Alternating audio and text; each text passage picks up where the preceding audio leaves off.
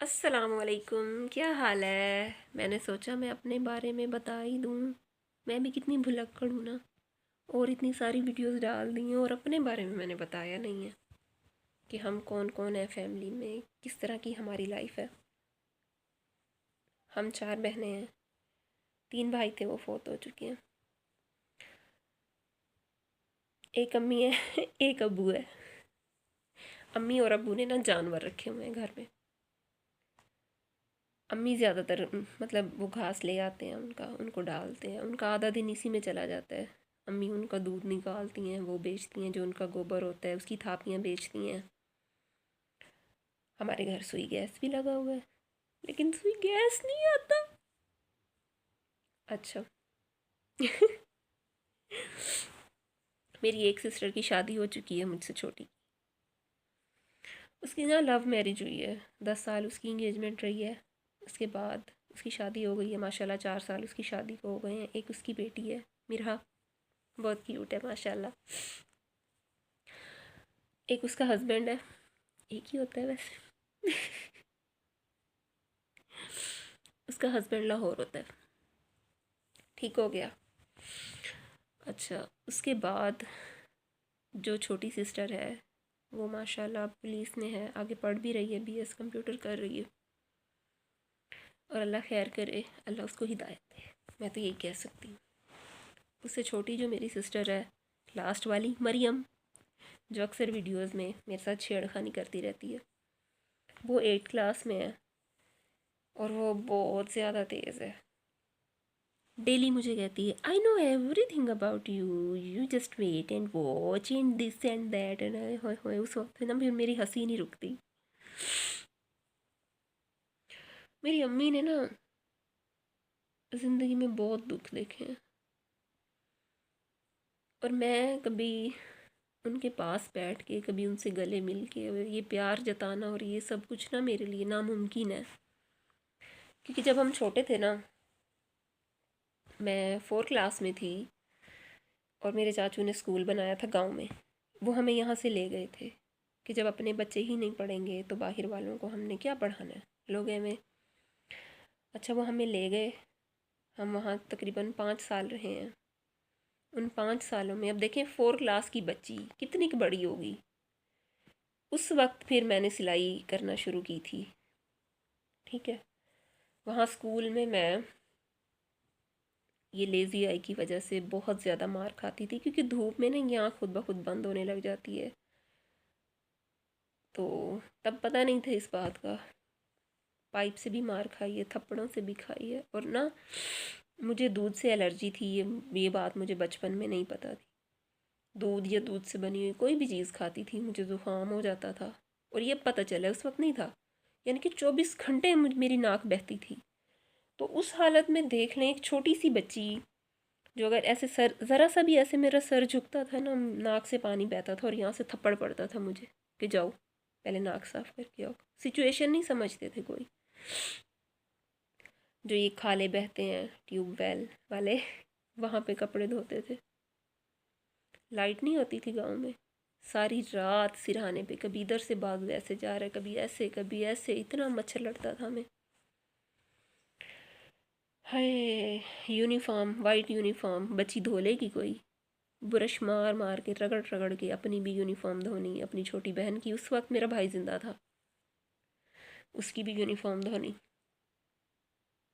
और सबसे बड़ी बात, जो मुझसे दो मेरे छोटे बहन भाई थे उनको खर्चा देते थे, वो मुझे नहीं देते थे। और मेरे साथ ना बचपन से ही ना इंसाफियाँ होती आई हैं।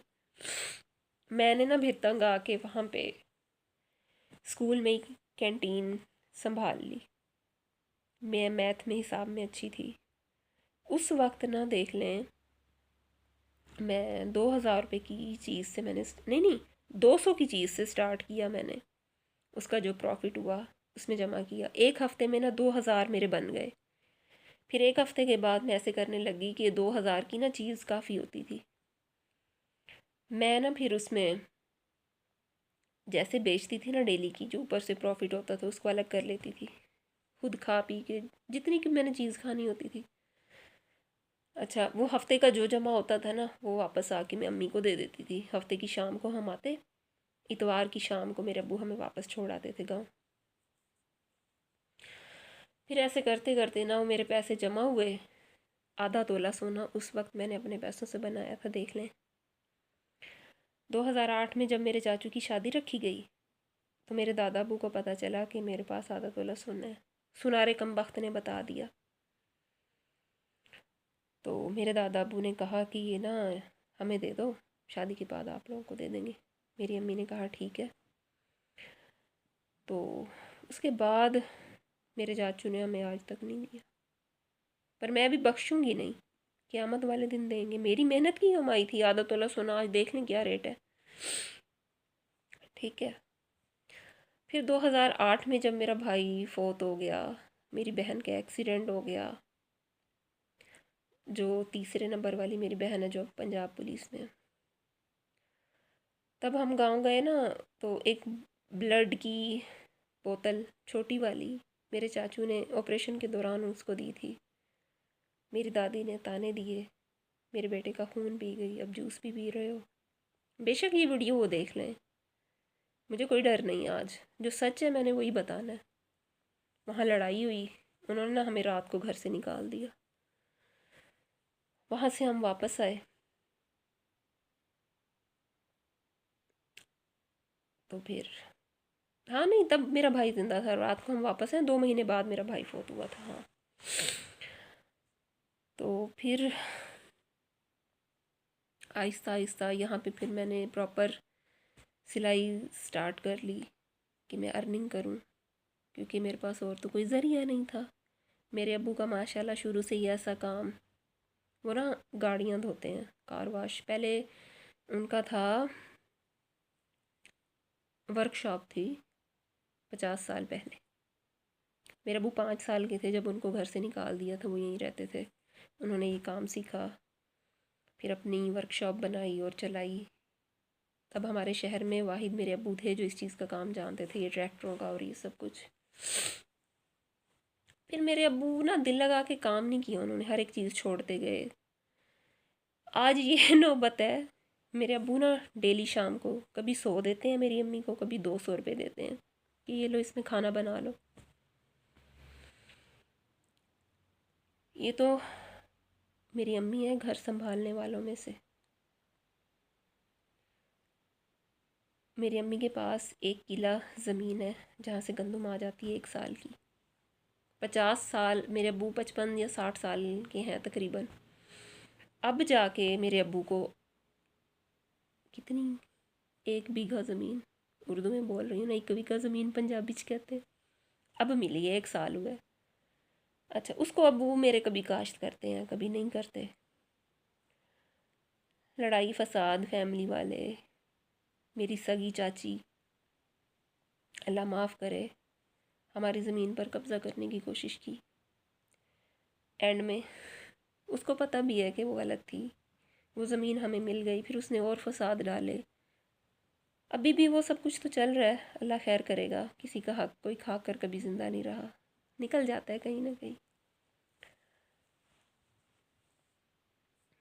अब इस एज में भी जब मेरे अब्बू कहते हैं ना कि मैंने दूसरी शादी करनी है, फिर हम आगे से अपनी माँ के हक़ के लिए खड़े हो जाते हैं कि आप कौन होते हो, मेरी माँ को इस घर से निकाल के दिखाओ। क्योंकि मेरी अम्मी ना इकलौती हैं, उनके माँ बाप बचपन में फ़ौत हो गए थे, चाचुओं ने संभाला था। मतलब जो मेरे दादा अबू थे ना, वो मेरी अम्मी के सगे चाचू थे। अब वो भी नहीं है, वो कहाँ जाएंगी। तो फिर ये चीज़ जब कोई फैमिली वाले देखते हैं ना, तो कहते हैं इनकी औलाद बदतमीज़ है। वो ये नहीं देखते कि सिचुएशन क्या है, हम किस लिए आगे से बोल रहे हैं। अब सुबह से लेकर शाम तक इन्हीं माँ बाप के साथ नहीं हम रहते, कोई लड़ाई नहीं, कोई फसाद नहीं। जब वो गलत बात करते हैं तो औलाद का फ़र्ज़ नहीं है अपनी माँ या बाप को सही बात कहना, कि इस एज में आके इस तरह की अगर वो हरकत करेंगे तो क्या ये उनके लिए ठीक है? ऐसा नहीं है। ये तो चलो हो गई उनकी बात। दूसरी बात ये, मेरे बारे में लोग जब फैमिली वाले ये कहें ना कि ये तो शादी नहीं करती, हाँ नहीं करती, और अब कभी करूँगी भी नहीं। पता है क्यों? इसके पीछे भी कोई रीज़न है। हर बात बंदा सबको नहीं बता सकता। और ऐसा नहीं है कि मैं किसी के लिए बैठी हूँ, लोगों को लगता है तो लगता रहे। जब ज़िंदगी के धक्के इंसान हद से ज़्यादा खा चुका होता है ना, मैं उन लड़कियों में से तो बिल्कुल नहीं हूँ कि हाय मेरे पास रोटी नहीं है, मेरे से शादी कर लो, हाय कोई मेरे लिए रिश्ता ढूंढ दो, हाय ये और हाय वो। बात है सीधी, जिस रब ने पैदा करके इस दुनिया में भेज दिया, इतना बड़ा कर दिया, वो मुझे कभी अकेला नहीं छोड़ेगा। हाँ, उस रब की मर्ज़ी आज तक नहीं हुई कि मेरी शादी हो। आज के बाद किसी भी लम्हे उस रब को जब भी लगेगा ना कि मेरे साथ मेरा हमसफ़र होना चाहिए, तो क्यों नहीं। और ये बात ना लोग नहीं समझते।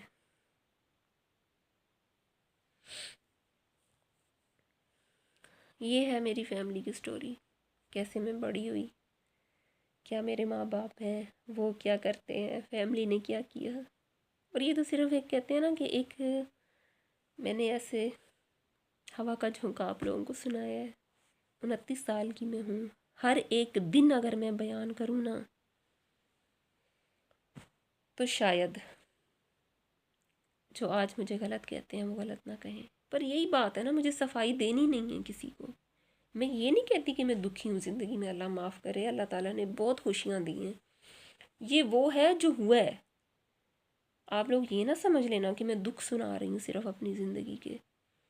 इन सब चीज़ों पर मुझे कोई अफसोस नहीं है।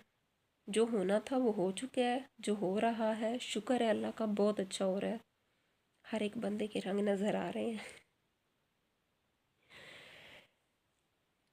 जब सुबह आँख खुलती है ना तो मेरा ये यकीन है कि या अल्लाह तूने नहीं छोड़ना, बाकी दुनिया वालों की खैर है।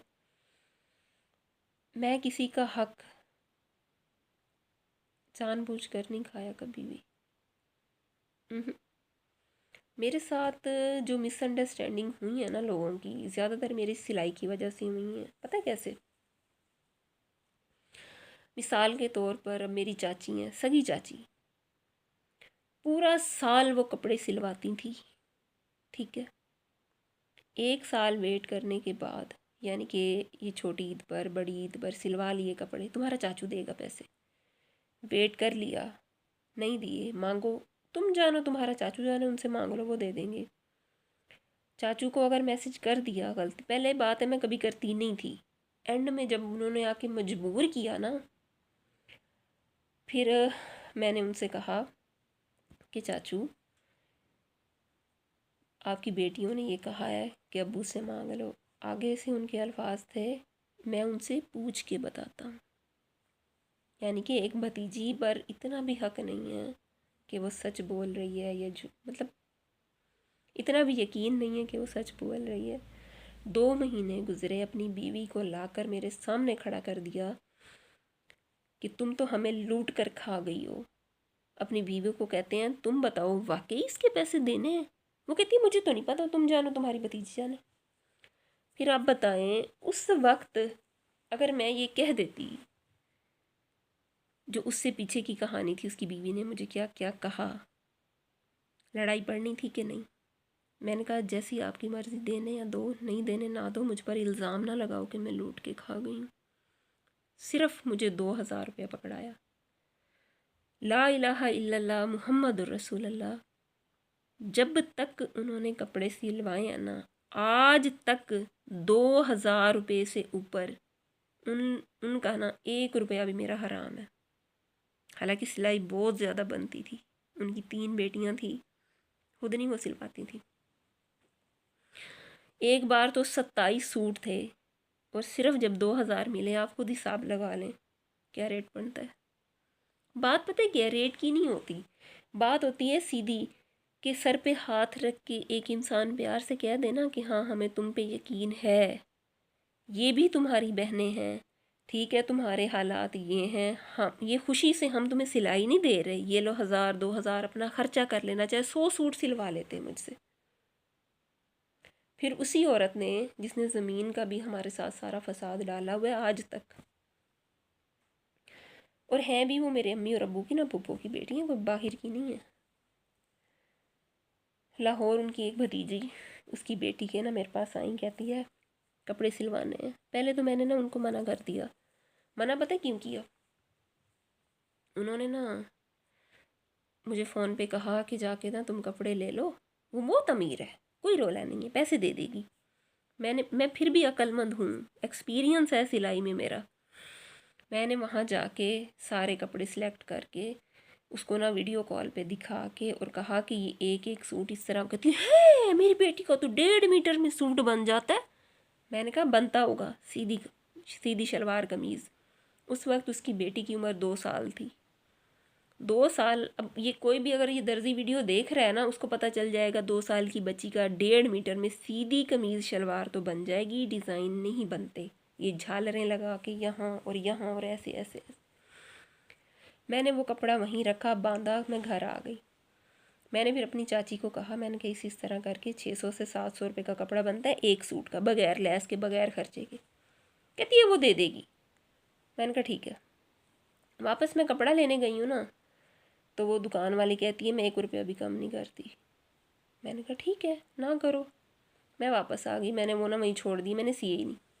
1 साल गुजरा, फिर मेरी चाची मेरे पास आई, कहती है वो ना चाहती है कि तुम उसके कपड़े सी के दो। मैंने कहा ठीक है सी देती हूँ। माह रमज़ान था, मैंने कहा मैं अपना काम छोड़ के सी रही हूँ। ये बात मैंने पहले की थी कि जो सिलाई है, जब वो दे सकती हैं, इतनी अमीर हैं, मैंने फुल बड़े सूट वाली सिलाई लेनी है, क्योंकि जो बच्चों के सूट होते हैं ना वो मुश्किल से होते हैं।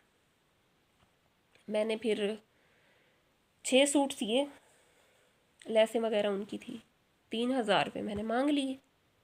आगे से उनकी बेटी मोहतरमा खुद ही उसको जवाब दे चुकी थी मुझसे पूछे बगैर कि मैं तो 200 रुपये के हिसाब से सी लूँगी, और वो मुझे दे चुकी।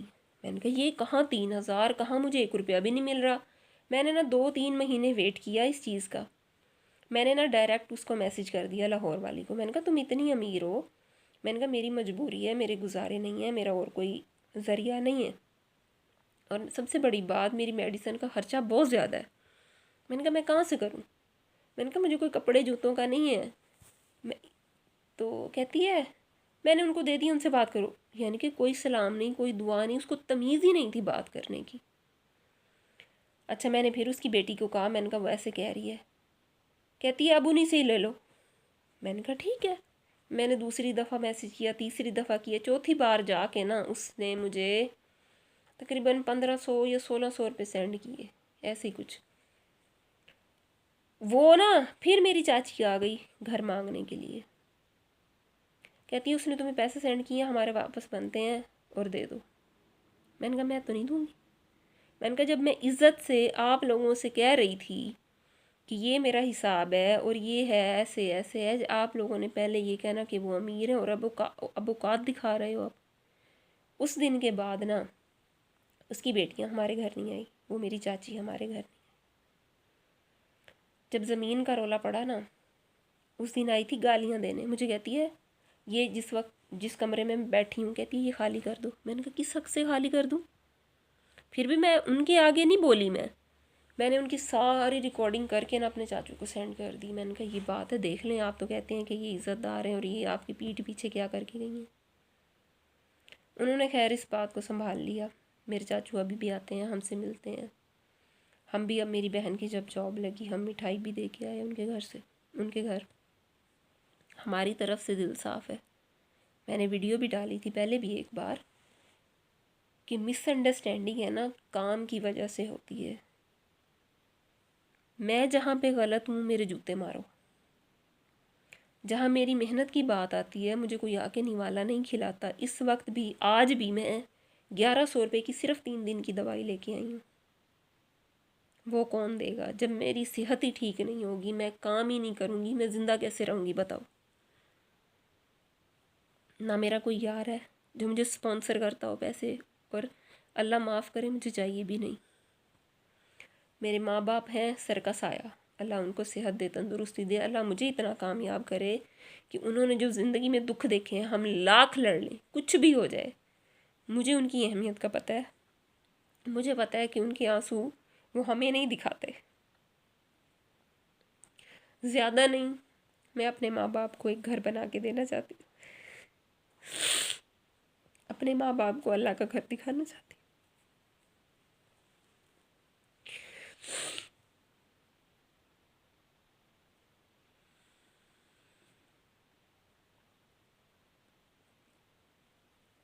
इसी तरह हमारी एक और फैमिली में से आकर कहते हैं कपड़े सी दो।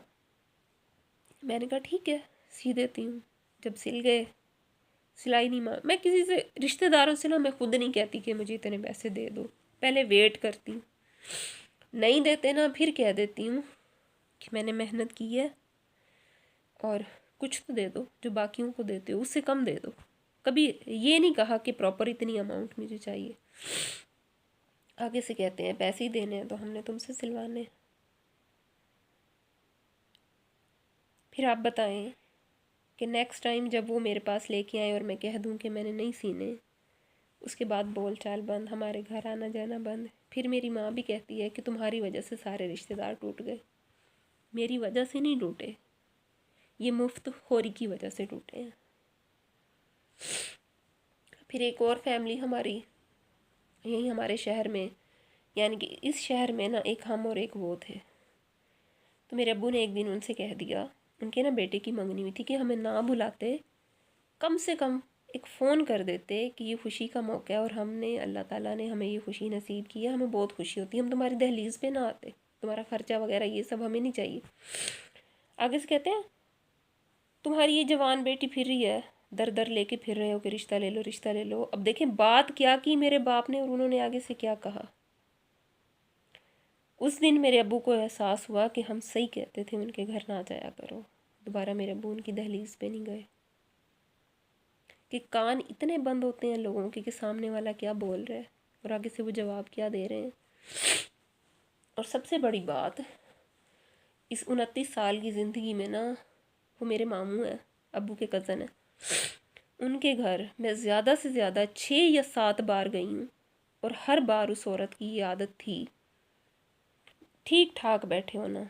जैसे ही हम पहुँचे हैं अपनी बेटी या बेटे को, वो दिखावा नहीं जैसे करते, रोटी दे दो मैंने तो खानी है और ये वो, खाना आगे रख के और फिर हमसे कहना खाना है तुमने, हम कह देते थे नहीं, चलो ठीक है, खा के वहीं फिर अपने बच्चों को कहना जाओ पानी लेके आओ और वहीं हाथ चारपाई पे बैठे धोना। ये मजलिस के आदाब के ख़िलाफ़ है कि नहीं, अब बताएं। खाना खाना ही है, नहीं देना आने वालों को, भाड़ में जाओ, कम से कम साइड पे होके तो खा लो, तमीज़ से तो खा लो। ये सुगलापन दिखाना, वहीं पे छींटे पड़ रहे हैं, वही गंदे हाथ। खैर कुल मिला के बात पता क्या है, जिसकी जेब में पैसा है ना, इज़्ज़त उसी की है। मेरे बाप की जेब खाली है। मैंने ना सच्ची बताऊं, जब मैं पढ़ रही थी ना, मेरी कोई दोस्त नहीं रही ज़िंदगी में जो गाइड करे। आजकल के बच्चे माशाल्लाह, अल्लाह सबको तरक्की दे।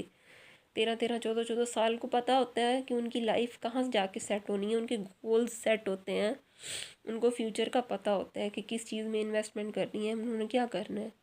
मैं जब मैट्रिक में थी ना, एक बार मैंने कहा था कि मैंने पढ़ना है, मैंने ज़िंदगी में कुछ बनना है। तो आगे से ना मुझे ये कहा गया था क्या करोगी पढ़ के, 2 साल बाद तो तुम्हारी शादी कर देनी। फिर वो तो अल्लाह का ही कुछ ऐसा करना हुआ, मैं एफ़ए तक तो मैंने कर लिया। बीए में आके ना एक मेरे पाँव पे चोट लग गई थी, मैं चल नहीं सकती थी। एक कदम दूसरे कदम पे मैं गिर जाती थी। वो बड़ी लंबी स्टोरी और फ़नी भी है थोड़ी सी।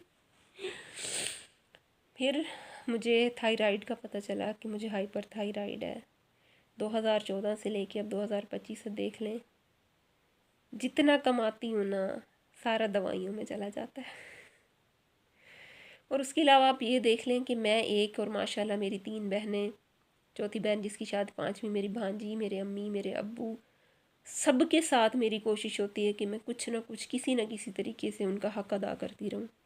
अगर मेरे पास 1000 है ना और उसमें से 500 अगर हमने खाया है, तो आप यहीं से अंदाज़ा लगा लो कि मेरे पेट में कितना गया होगा और उनके पेट में कितना गया होगा। और आजकल 500 का कुछ बनता ही नहीं है। एक बंदा आए ना आपके घर, 1000 रुपया पक्का लग जाता है। और लेकिन उस 1,000 को कमाने में 3 से 4 दिन लग जाते हैं मेरे, क्योंकि अगर मेरी सेहत ठीक है तो मैं डेली के एक सूट सी लेती हूँ। अगर नहीं ठीक तो जैसे मैंने अपना सूट सिया 3 दिन में, आप यहीं से अंदाज़ा लगा लो मेरी कितनी कमाई होगी। और सबसे बड़ी बात, ज़िंदगी 24 घंटों में 22 घंटे में, पहले भी कहती हूँ, मैं रोती रहती हूँ। मुझे ना अल्लाह से बड़ी मोहब्बत है, मुझे इस दुनिया से नहीं है।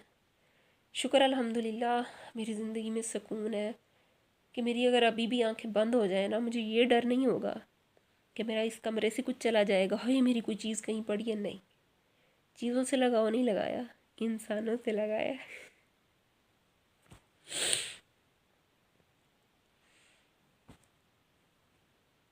और क्या कहूँ, मेरे ख्याल में मेरे बारे में काफ़ी है इतना बताना। ओके जी, अल्लाह हाफिज़। फिर कभी याद आया बताना तो अगली वीडियो में बता दूँ और मज़ीद कुछ।